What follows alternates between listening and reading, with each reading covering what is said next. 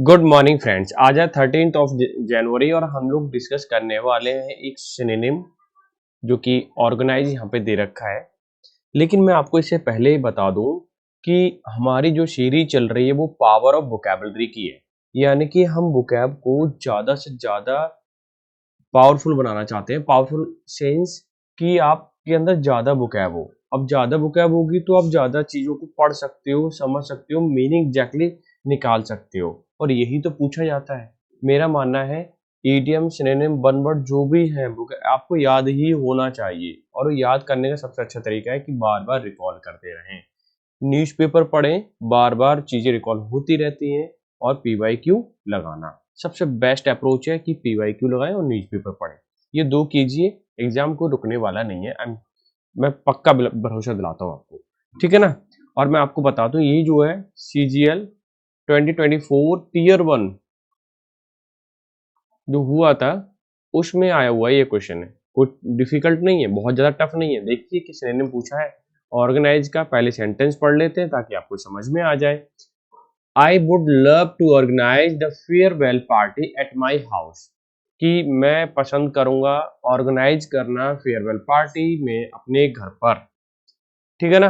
अब सिनोनिम बताना है भाई ऑर्गेनाइज का। देख लेते हैं क्या क्या है। डिरेंज पहला वर्ड, डिसऑर्डर दूसरा वर्ड, अरेंज तीसरा वर्ड, कंफ्यूज चौथा वर्ड। देखो मुझे पता है आंसर सब लोगों को पता चल ही गया होगा, लेकिन आंसर से मीनिंग नहीं है हमारा। हमारा सीधा सीधा मतलब है कि हम हर एक वर्ड को समझ पाए और उसका मीनिंग समझ पाए ढंग से, ठीक है, और उसको सेंटेंस में यूज भी कर पाए। तो डिरेंज का मतलब होता है कि किसी को विकृत कर देना, किसी को पागल बना देना। इस फॉर्म में भी आता है, तो डिस्टॉर्ट भी लिख सकता हूं मैं, ठीक है। इसका एक सिनोनिम ये हो गया। दूसरा है जब डिस्टॉर्ट होगा तो डिसफॉर्म भी हो सकता है। डिसफॉर्म ध्यान रखना, ठीक है, जिसको हम विकृत कहते हैं, या फिर हम बता सकते हैं, हम विकृत बोल दो तो कोई दिक्कत नहीं। विकृत करना यानी डिसफिगर कर देना, समझ गए ना। डिसऑर्डर का मतलब होता है कि अस्त व्यस्त, अस्त व्यस्त, ठीक है। इसका एंटोनिम हो गया अरेंज। तो इसका वही सिनोनिम है, क्योंकि अरेंज और ऑर्गेनाइज बात तो एक ही है, ठीक है। तो मैं लिख देता हूं यहाँ पे और आप बेहतर तरीके से समझ पाएंगे। कंफ्यूज का मतलब होता है कि परप्लेक्स्ड कर देना किसी को, ठीक है ना, परेशान कर देना।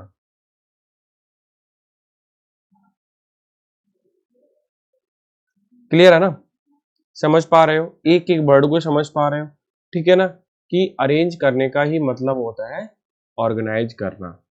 क्लियर है। अगर आपको वीडियो ये अच्छी लग रही है तो आप लाइक कर सकते हो और शेयर भी कर सकते हो। अगर इच्छा हो तो सब्सक्राइब कर देना चैनल, वो मैं आपके ऊपर डालता हूँ, ठीक है।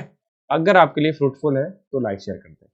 अब तक मैं एक ही एक क्वेश्चन देता था, लेकिन अब मैं सोच रहा हूँ कि आप लोगों को दो दो क्वेश्चन कराऊं, ठीक है, ताकि आप ज्यादा से ज्यादा क्वेश्चन को सॉल्व कर पाए।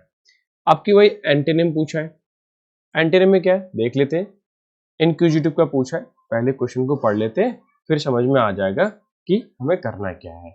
If you want to be a good detective, अगर एक अच्छे डिटेक्टिव बनना चाहते हो, जासूस जिसको कहते हैं, it helps to have an inquisitive nature, कि ये मदद करेगा क्या, कि आपका जो नेचर है ना वो इनक्यूजिटिव होना चाहिए। कैसा होना चाहिए? इनक्यूजिटिव। इनक्यूजिटिव का मतलब होता है जो बहुत ही ज्यादा जिज्ञासु हो, बहुत ही ज्यादा ईगर टू लर्न हो, ईगर टू लर्न समथिंग, ठीक है, या ईगर टू नो नॉलेज ऐसे भी बोल सकते हो, ठीक है ना। अब एंटी ने पूछा ये बात मत भूलना, क्लियर। तो क्या क्या ऑप्शन दे रखे हैं? कॉम्प्रीहेंसिव, कॉम्प्रीहेंसिव समझते हो आप? कॉम्प्रीहेंसिव थोड़ा सा जैसा लगता है कि बहुत भारी वर्ड है और पता नहीं कितना डिफिकल्ट होगा इसका मीनिंग, लेकिन मैं बता दूं ये बहुत ही आसान है और इसका मतलब होता है एक कंप्लीट। क्या होता है? कंप्लीट। जैसे कि मैं कहूं कि दिस बुक, इसे लिखता हूं, दिस बुक हैज,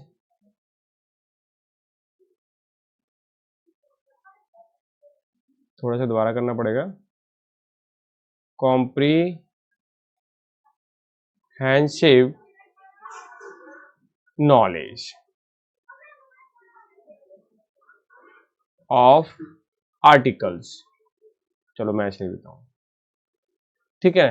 क्या मतलब हुआ कि ये जो किताब है वो कॉम्प्रिहेंसिव नॉलेज रखती है, किस चीज की, आर्टिकल की। अब कॉम्प्रिहेंसिव की जगह कंप्लीट डाल के देखना आप, जो मैंने यहाँ बताया कि this book has complete knowledge of article, same से सेम हो गया ना, क्लियर है, समझ में आ गया कॉम्प्रिहेंसिव।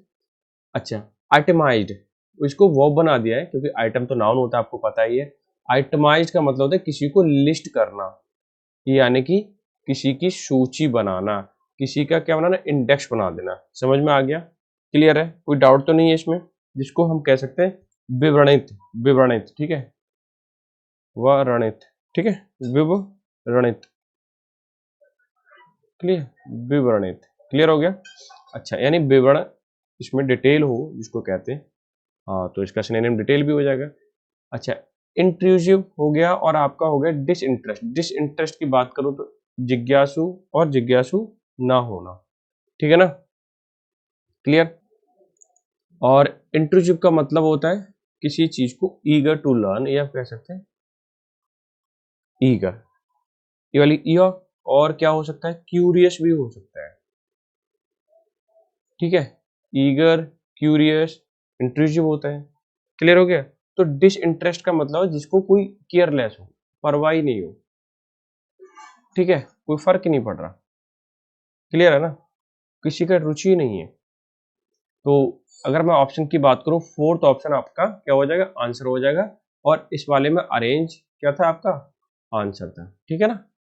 तो समझ में आ गए, क्लियर है ना। और आई होप सो एक एक चीज आपको क्लियर हो गई होगी। और मैं आपको दो दो क्वेश्चन दिया करूंगा, अगर समय ज्यादा हुआ तो फिर मैं ज्यादा भी करूंगा, ठीक है। फिर हम न्यूज़पेपर दोबारा से स्टार्ट करेंगे, और अगले मंथ से हो सकता है, फरवरी में तो न्यूज़पेपर स्टार्ट करने की पूरी पूरी पॉसिबिलिटी है। और द हिंदू हम कैसे पढ़ें, उसको अंडरस्टैंड कैसे करें, उसका मीनिंग कैसे निकालें, ये सारी चीज़ें मैं आपको बताऊंगा, क्लियर है ना। वीडियो अगर आपको अच्छी लग रही है तो लाइक शेयर कर दें, सब्सक्राइब कर दें अपने दोस्तों को, ठीक है, ताकि एक दूसरे को हेल्प कर सकें हम, ठीक है, क्योंकि हमारा नेचर ही है हेल्पफुल वाला। तो मिलते हैं नेक्स्ट सेशन में, तब तक के लिए bye bye, take care, have a good day.